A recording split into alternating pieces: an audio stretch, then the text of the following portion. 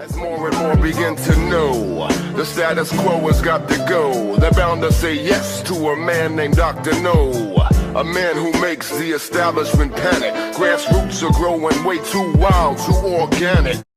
A pro-liberty speaker.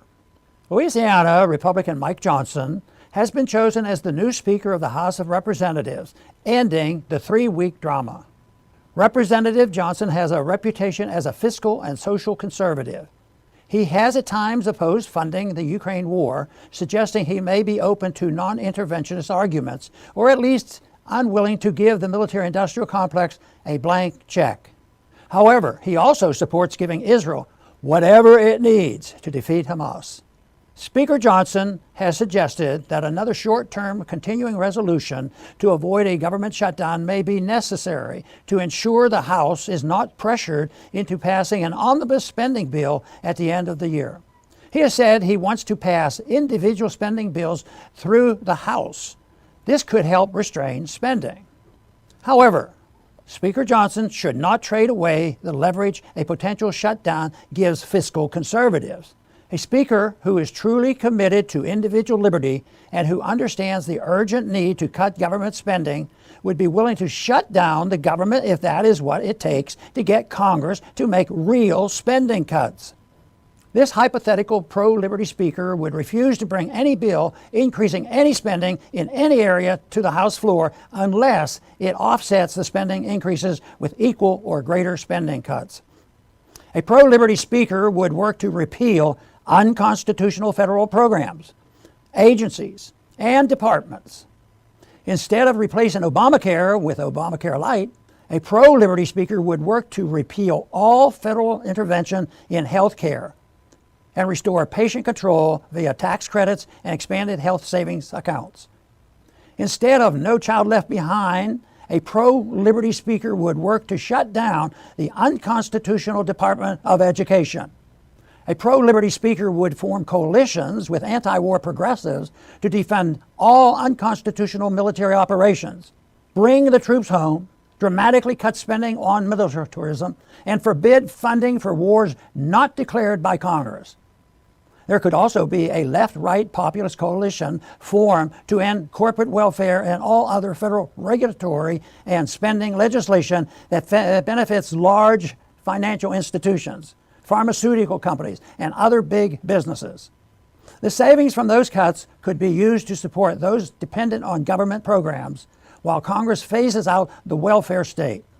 Also, young people should be allowed to opt out of Social Security and Medicare in exchange for a payroll tax exemption.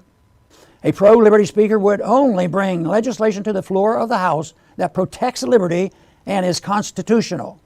A pro-liberty speaker would work to protect the entire Bill of Rights. That means no more Patriot Acts, drug wars, civil asset forfeiture, airport harassment, or government-sponsored online censorship.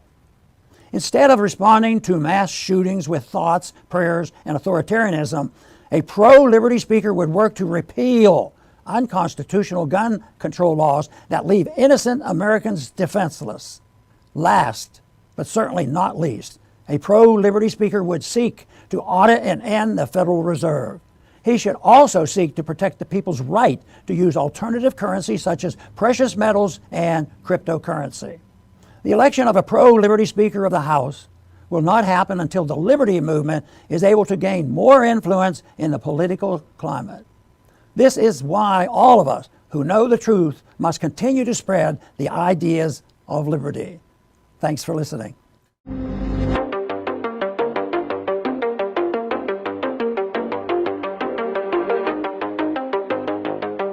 So a leaked document drafted by Israel's intelligence ministry proposes the ethnic cleansing of the approximately 2.3 million Palestinians living in the Gaza Strip as a potential solution to Israel's war against Hamas. So this document was dated October 13th. It was first published by the Hebrew language website Sika Mekomit, and the Israeli government has confirmed its authenticity. According to the Times of Israel, Israeli government officials are downplaying the document, saying that it only represents initial thoughts and that they are currently focused on the war effort and not what will become of Gaza once the war is over. So the proposed plan would involve pushing the Palestinians out of Gaza into Egypt's Sinai Peninsula. They would first live in tent cities until permanent structures are built. The plan also includes a several kilometer wide zone, what they call a sterile buffer zone inside Egypt, so the Palestinians could not live on the border or could not approach the border. So this plan involves using some Egyptian territory for this buffer zone. So there's a lot of reasons why, Egypt is going to reject this, and maybe it's not realistic, but I think it goes to show what the Israelis are thinking. And this document proposes two other potential plans. One is handing Gaza over to the Palestinian Authority, which administers the West Bank. So that idea would be handed over to the PA once Hamas is defeated. Another proposal would involve Israel propping up a new Arab regime in Gaza. But the document says that these two proposals would not sufficiently deter future attacks, and that the preferred option is the cleansing of Palestinians from Gaza, kicking them all out. So the authors of the document said that allowing the Palestinian Authority to administer Gaza is the most dangerous alternative because they fear that it could lead to the establishment of a Palestinian state. So that's really something, because that shows what these, this is drafted again by Israel's intelligence ministry, which is headed by a member of Netanyahu's Likud party. Again, this is their line of thinking. This is Netanyahu's, what he's been doing since he's been prime minister for a very long time. There were some years there where he was not in charge, but he's been trying to do anything he can to sabotage the idea of an independent Palestinian state. They view that as a big threat.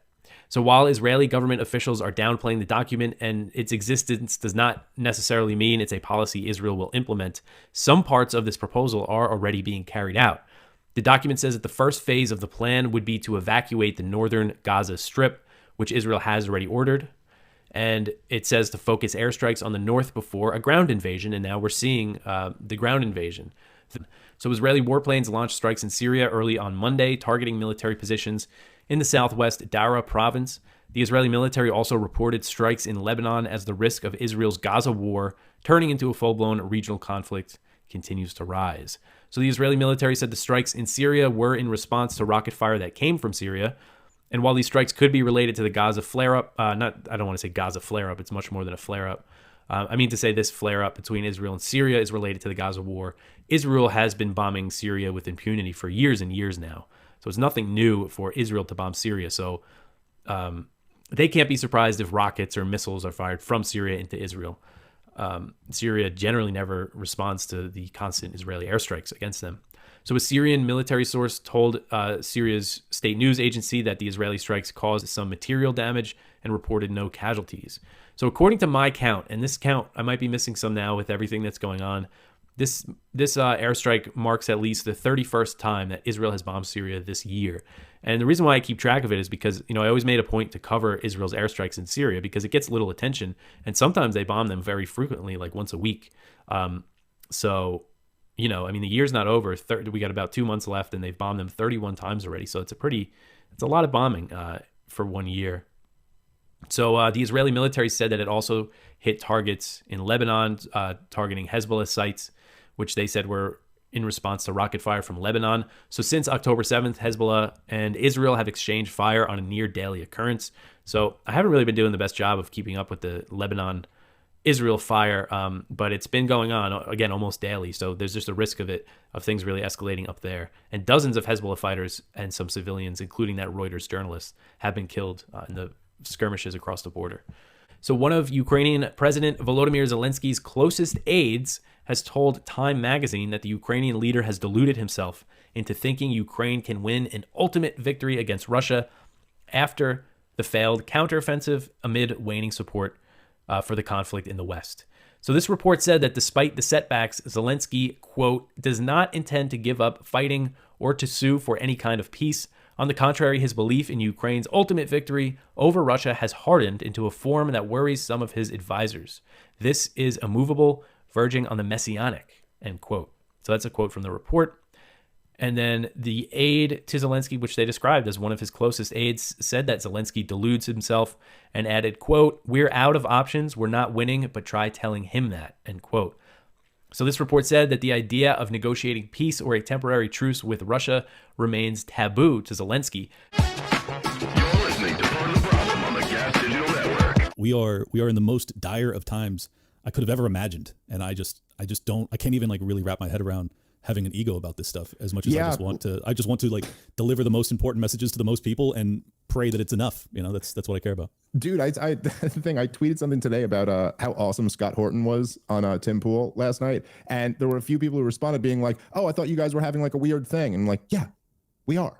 Right. But whatever, like he was not the so point. Awesome on Tim Pool last night. Like, I don't know. What do you want me to say? Like, I still, no matter what's going on, it's still like, yeah, but what he was saying was so right. Cause I actually believe in this. Like, so I think it's important for people to go see that. I think we'd all do better to have a little bit less ego and you know, a little bit more focus on what the actual mission is.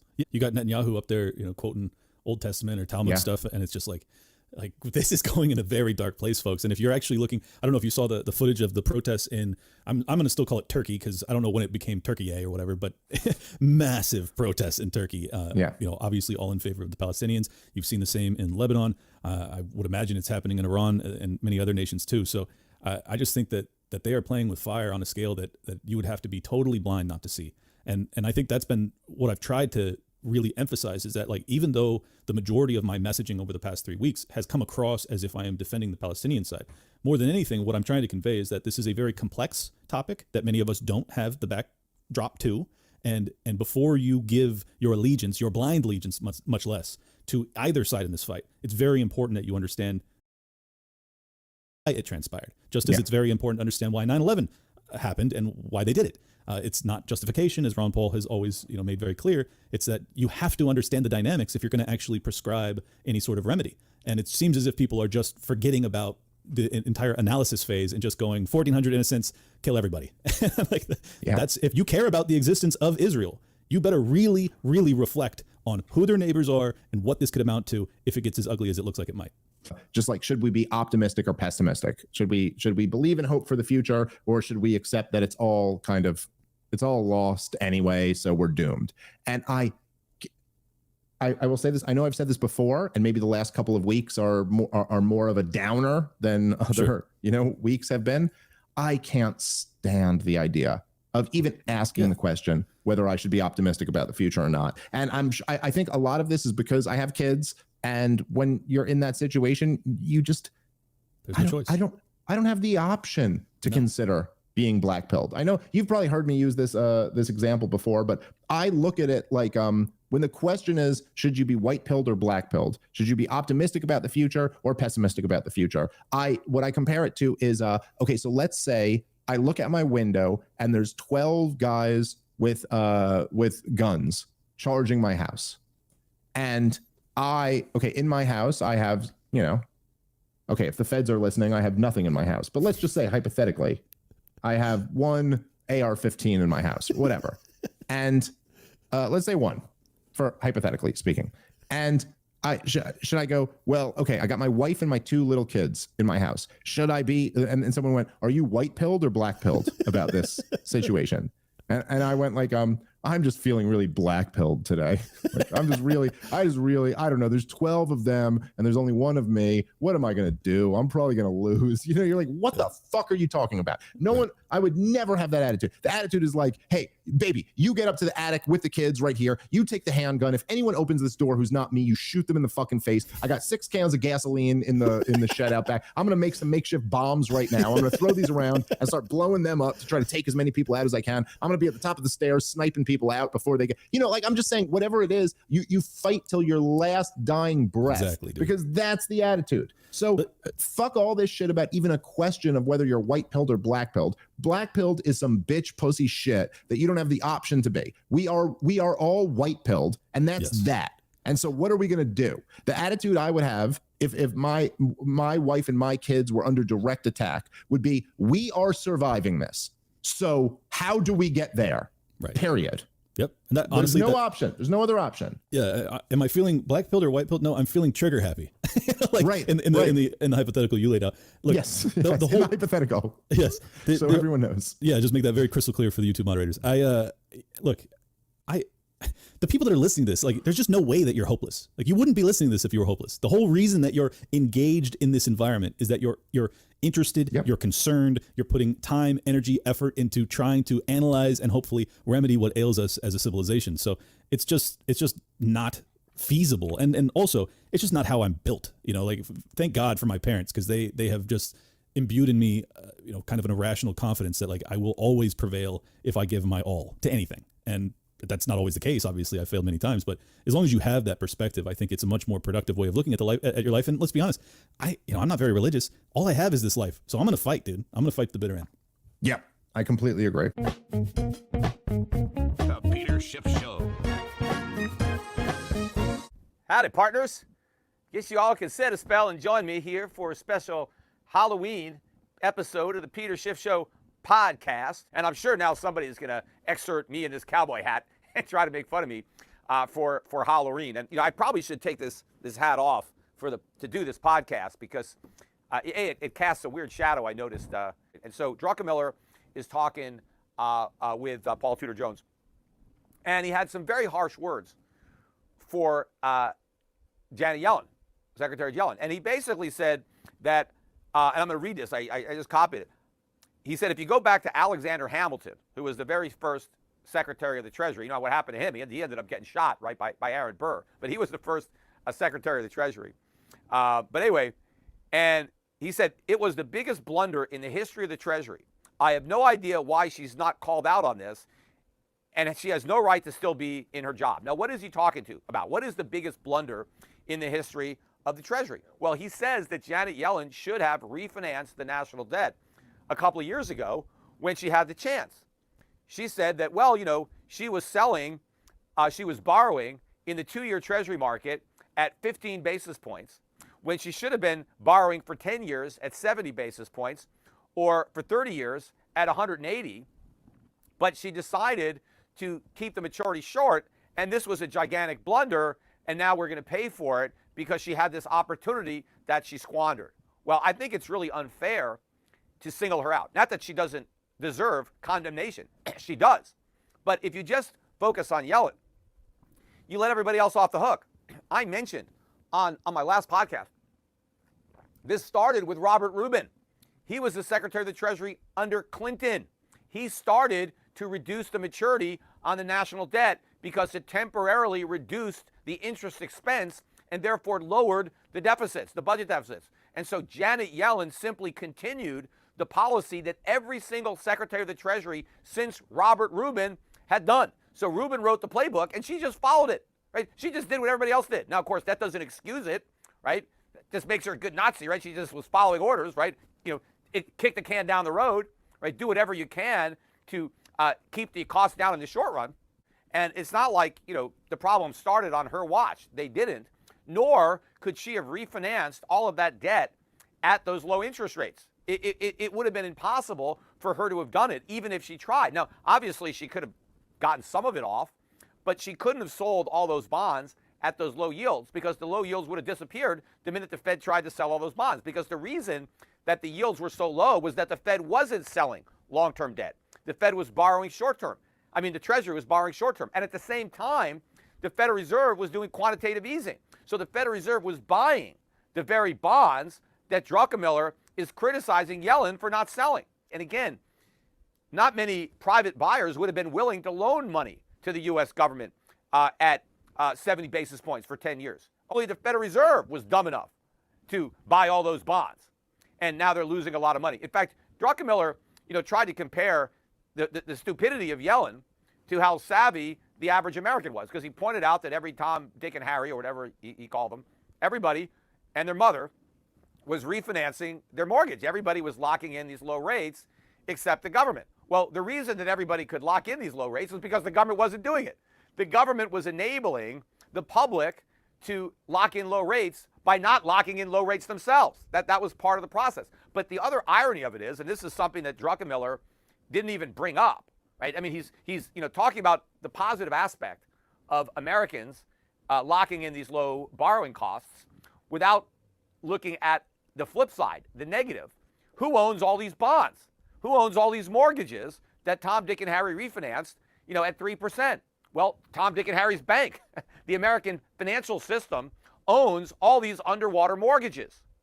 And the entire banking system is insolvent. Well, who's got to cover that? Tom, Dick, and Harry. The average American who might have done the smart thing with his own money is stuck with the consequences of the dumb things that everybody else was doing because we're on the hook for all these liabilities. You know, everybody's share of the national debt. People forget that as an American, you're not just responsible for your own debt. You're responsible for your share of the national debt. So do the math. It is a huge number. So the per capita debt is over $100,000. That's every man, woman, and child in the country, right? I mean, little babies, right? So a little baby doesn't have the capacity. You're born and you're $100,000 in debt, right? The moment the doctor slaps you, you're crying. That's what you should be crying about. Not that you got spanked, but because you're in debt $100,000 and you can't even walk yet or talk. You're already hopelessly in debt. And that's just the funded debt. That doesn't count all the unfunded liabilities, like being on the hook for all these insolvent banks when they fail.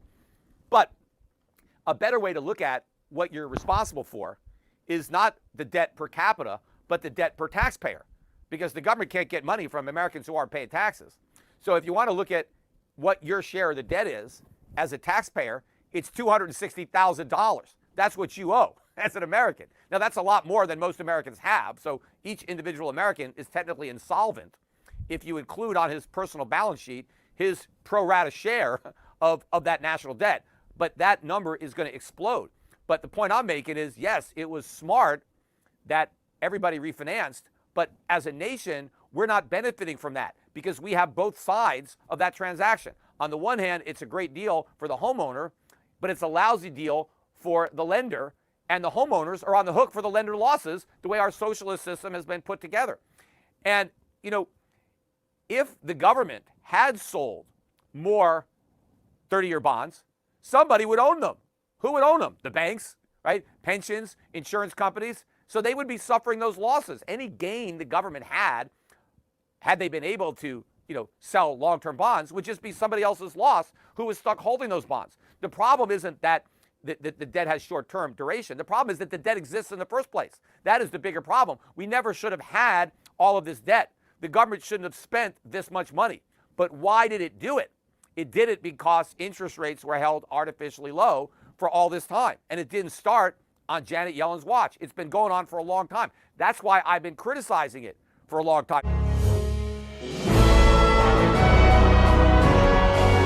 They want to split the money from Ukraine and Israel. The Biden administration wanted to combine the two for this $100 and some billion. Now, the Senate Minority Leader, McConnell, he wants them combined. And I think it's because he sees lagging support in the GOP House for Ukraine funding after, as you say, $100 and some billion with literally zero to show for it. And we'll talk about that later. Nothing to show for it. He wants the gravy train to continue. He knows who his donors are.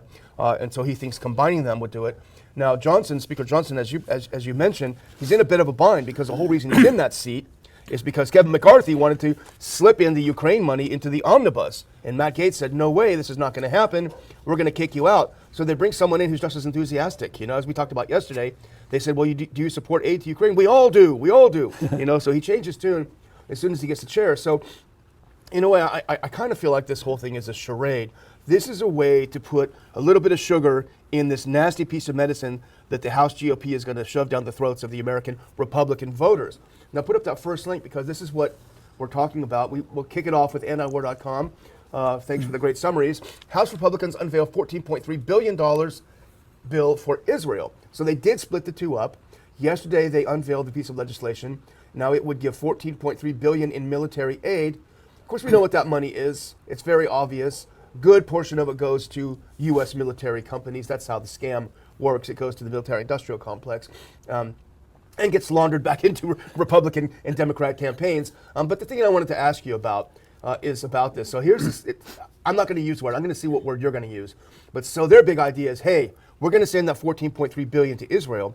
But guess what? We're going to cut $14.3 billion out of the IRS. I know. What do you think about that? I find it interesting because my first thought is, boy, if you look at it very superficially, you say anything that cuts some money out of the IRS, fine. But they still end up with $50 billion. It's all a gimmick. And here they're taking money from money that is already borrowed, And so I think it gives the incentive to make the appropriations or the pretend spending very high. And it opens up the door. Because we even have taken a position, you always have to cut someplace. And I heard Johnson saying the same thing. And I think he used this as an example. But this is impure. This is not really cutting it out. This would have to involve literally, if you have a military-industrial complex budget and you actually take the money out, and they have less money for airplanes that don't work, and they cut back on the budget. They don't even consider that. It's always a gimmick. But the whole system is a gimmick. The system of fiat money is a gimmick, borrowing money, and the dependency on it that I keep saying, the dependency of it